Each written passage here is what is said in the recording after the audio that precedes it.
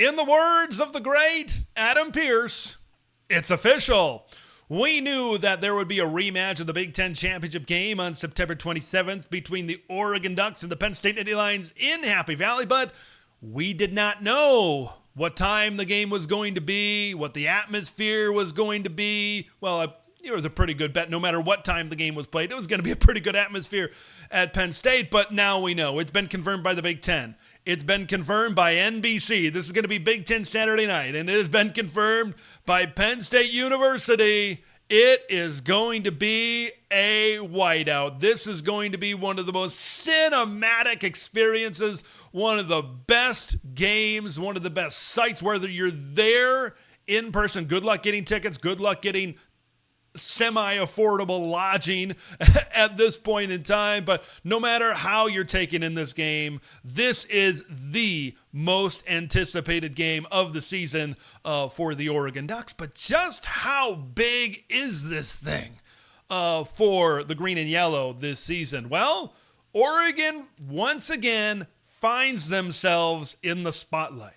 When Oregon was in the spotlight pre-Ohio State last season, they were pretty darn good in the spotlight. You saw what they did in that big game against Ohio State. You saw what they did in the Big Ten Championship against these Penn State Nittany Lions.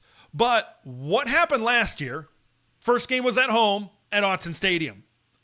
Many people say that was the best crowd in the history of that stadium. Okay? The second one was on a neutral site in Indianapolis. Now you're going on the road. Now this is a different kind of deal, I think, for this Ducks team. But this is like one of the many benefits for Oregon to join the Big Ten, to be put into these games, to be put into these spotlights, to be put onto these stages. What did Dan Lanning say in the interview with Catherine Tappan of NBC? After they beat Ohio State, this is why you come to Oregon. And then now this is the second consecutive year where Oregon is playing in the biggest non-Ohio State-Michigan Big Ten Conference game of the season. And I think having this spotlight on them certainly shines a brighter light onto Oregon Ducks football. Will they be able to handle the spotlight in this game? That's a big question. I think the first four games of the season, what do we got? Montana State, Oklahoma State, Northwestern, Oregon State. Those first four games, you have all of the talent in the world to play B, maybe even C games in those matchups and come out with victories. Those first four games are all about figuring out what's it going to take to be able to step up to play in this type of environment against this type of really good Penn State football team. So, hey, make some mistakes in game one, make some mistakes in game two. That's fine. You know, once you get to this Penn State game, I think that's the time where we want to see Oregon really starting to figure out these combinations, really start to figure out who's playing well, play calling, all those different kinds of things to be able to match up really well against Penn State. This is the first big test, not only for Oregon, but also for Penn State, which kind of leads me into my second point, that this is the ultimate measuring stick to see if Oregon can truly play at the level of a national championship contender, which Penn State certainly views themselves as. What's the narrative surrounding the Ducks? They're young, they're talented, they're inexperienced. What's the narrative surrounding Penn State right now? They're going all in. They're bringing everybody back. They got Jim Knowles coming in as their defensive coordinator, right? This is a very veteran and experienced type of football team.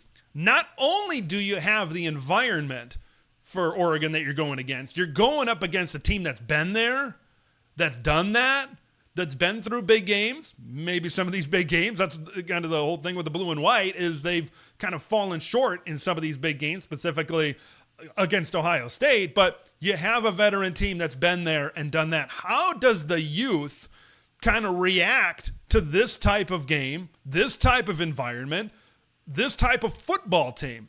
This game is really going to show us. I know the environment is going to be tough. And yeah, I guess if Oregon gets the doors knocked off of them, they can certainly respond. We'll come to that here in just a minute. But I think if Oregon is competitive in this game, whether they win or whether they lose by like less than 10 points, I think that shows everybody that the Ducks can play on that national level. But this game is going to be huge. I think the buildup to this game is certainly going to be big. Will it be bigger than the buildup to Ohio State last year? Maybe. I think it could be a very similar type of buildup. But as big as the game is, the response of the game may be bigger than the game itself, especially with that young roster. I think last year, following that Ohio State team, you had some veteran leaders. I think you had some veteran voices, even if it was their first year in the program, on the team that had been through kind of some of these bigger games, like Dylan Gabriel last year. Of course, the quarterback of last year's Ducks team, he was through a big-time win in his last year at Oklahoma, that comeback win when they beat Texas, right? And there's certainly some other examples from some other guys, but you had a veteran presence on last year's team. Whether they win by 20, lose by 20, win by 3, lose by 3, whatever the result is, you cannot let this game, win or lose, define your season. You cannot. You have to use this as a response. If you lose, you use it as a boost. You lose it as motivation. You say it as, okay, we matched up against one of the very best teams in college football. We came up short. What do we have to do so that we are ready to play, whether it's Penn State, whether it's another team like them, when it comes to December, when it comes to January, so that we can be better than them on a neutral field when it really matters in the college football playoff. If you win the game, your response of not letting this game, not letting the result of a victory get you too high throughout the remainder of the regular season, that's going to be a big job of this coaching staff because, as I mentioned many times, this is a young team. It could be a very impressionable team. So if you are able to go out and get a victory in that crazy atmosphere, Dan Lanning and this entire coaching staff has to find a way to keep these guys grounded, to keep these guys humble, to be able to keep these guys motivated. I think that's one of the best parts of the coaching style, certainly, of Dan Lanning. But, man, I'm not a guy that usually wishes summer away. Hey, I'm looking forward to come to visit Oregon in early August, which is now 2 months away from today. But maybe summer can go a little bit faster. Maybe we can hit fast forward on maybe parts of the summer so we can get this game right here and right now. It is a big-time matchup, and I can't wait to see how this game maybe dictates the pace of where Oregon is going to go the rest of the way.